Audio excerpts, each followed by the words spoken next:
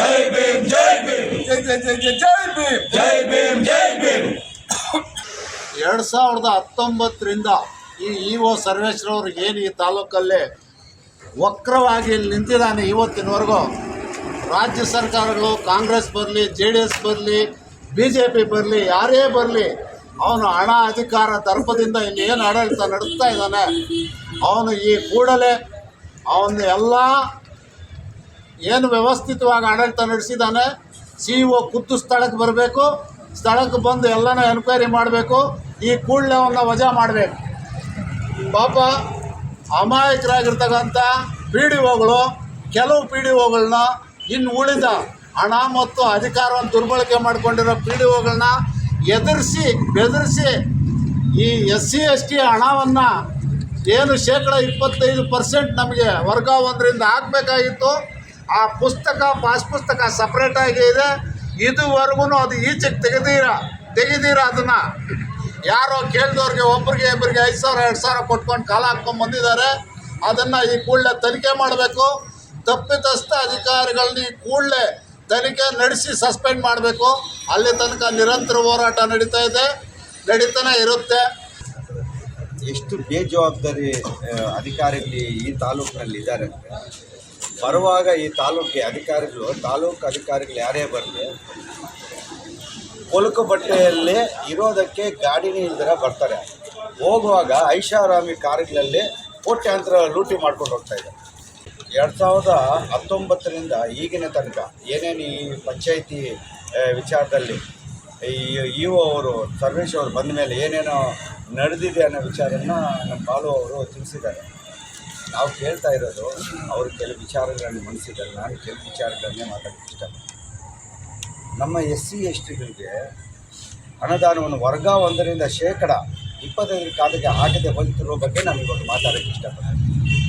ಇದನ್ನು ಕಡ್ಡಾಯವಾಗಿ ಹಾಕಲೇಬೇಕು ಅಂತ ಸರ್ಕಾರದ ಸುತ್ತೋಲೆ ಇದೆ. 1 ಲಕ್ಷ ಬಂದರೆ 25,000 ಪಕ್ಕಕ್ಕೆ ಇಡಬೇಕು. 1 ಕೋಟಿ ಬಂದರೆ 25 ಲಕ್ಷ ಪಕ್ಕಕ್ಕೆ ಇಡಬೇಕು. ಇದನ್ನು ಬರೀ ಎಜುಕೇಷನ್ ಪರ್ಪಸ್ ಮತ್ತು ಹ್ಯಾಂಡಿಕ್ಯಾಪ್ ಮತ್ತು ಯಾರಾದರೂ ಸತ್ತೋದ್ರೆ ಅಂತಃಕರ್ಮಕ್ಕೆ ಇಲ್ಲದೇ ಇರೋರಿಗೆ ಇದಕ್ಕೆ ಬಳಸೋದಕ್ಕೆ ಅದು ರಿಸರ್ವ್ ಇರುತ್ತೆ. ಇದುವರೆಗೂ ಅದೊಂದು ಇದೆ ಅಂತ ಇವ್ರಿಗೆ ಗೊತ್ತಿಲ್ಲ. ಅಧಿಕಾರಿಗಳಿಗೆ ಗೊತ್ತು. ಇಂಥ ಭ್ರಷ್ಟ ಅಧಿಕಾರಿಗಳು ಈ ತಾಲೂಕಲ್ಲಿ ಬೇಕಾ? ಒಂದು PDO ಆದರೆ ನೆಕ್ಸ್ಟ್ ಅವನು ಈ ZPಗೆ ಕಾಂಟ್ಯಾಕ್ಟ್ ಮಾಡೋ ಅಷ್ಟು ಹಣ ಸಂಪಾದನೆ ಮಾಡ್ತಾಯಿದ್ದಾರೆ. ಒಂದು EO ಆದರೆ ನೆಕ್ಸ್ಟ್ ಒಂದು MLA ಆಗೋ ಅಷ್ಟು ಸಂಪಾದನೆ ಮಾಡ್ತಾಯಿದ್ದಾನೆ. ಪರಿಶಿಷ್ಟ ಜಾತಿ ಪರಿಶಿಷ್ಟ ವರ್ಗಗಳಿಗೆ ಸಂಬಂಧಪಟ್ಟಂಥ ಹಣವನ್ನು ಅವರ ಖಾತೆಯಲ್ಲಿಡದೆ, ಅವರ ಖಾತೆಯಲ್ಲಿ ಖರ್ಚು ಮಾಡದೆ ಇವರು ಬೇಕಾಬಿಟ್ಟಿಯಾಗಿ ಹಣವನ್ನು ಖರ್ಚು ಮಾಡ್ತಾ ಇದ್ದಾರೆ. ಅದು ಯಾರು ಫಲಾನುಭವಿಗಳು ಸಿಗಬೇಕಾಗಿತ್ತೋ ಆ ಫಲಾನುಭವಿಗಳು ಸಿಗ್ತಾ ಇಲ್ಲ. ಹಲವಾರು ಗ್ರಾಮ ಪಂಚಾಯಿತಿಗಳಲ್ಲಿ, ಹಲವಾರು ಊರುಗಳಲ್ಲಿ ಒಂದು ಕೆರೆ ಅಭಿವೃದ್ಧಿಯನ್ನೇ ಮಾಡದೆ, ಒಂದು ಕೆರೆಯಲ್ಲಿ ಒಂದು ಕೆಲಸವನ್ನು ಕೂಡ ಮಾಡ್ದಿರ ಸುಮಾರು 20-25 ಲಕ್ಷ ರೂಪಾಯಿಯಷ್ಟು ಬಿಲ್ಗಳು ಮಾಡಿರ್ತಕ್ಕಂಥದ್ದು ಕೂಡ ಇಲ್ಲಿದೆ.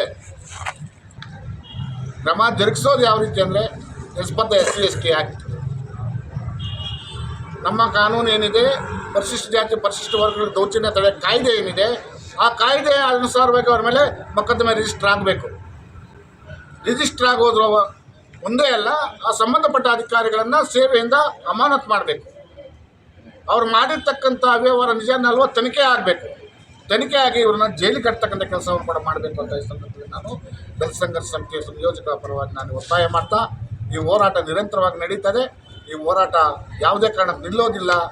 ಆತನ PhD ಸ್ಕಾಲರ್ ಅಂತ ಹೇಳ್ತಾ ಇದ್ದಾರೆ ಸರ್ವೇಶು.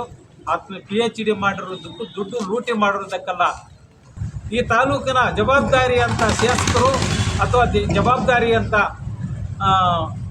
ಲೋಕಸಭಾ ಸದಸ್ಯರು ಅವರು ಏನು ಮಾಡ್ತಾ ಇದ್ದಾರೆ? ಜನಪರವಾಗಿದ್ದಾರಾ, ಅಧಿಕಾರಿಗಳ ಪರವಾಗಿದ್ದಾರಾ ಅನ್ನೋದು ನನ್ನ ಪ್ರಶ್ನೆ.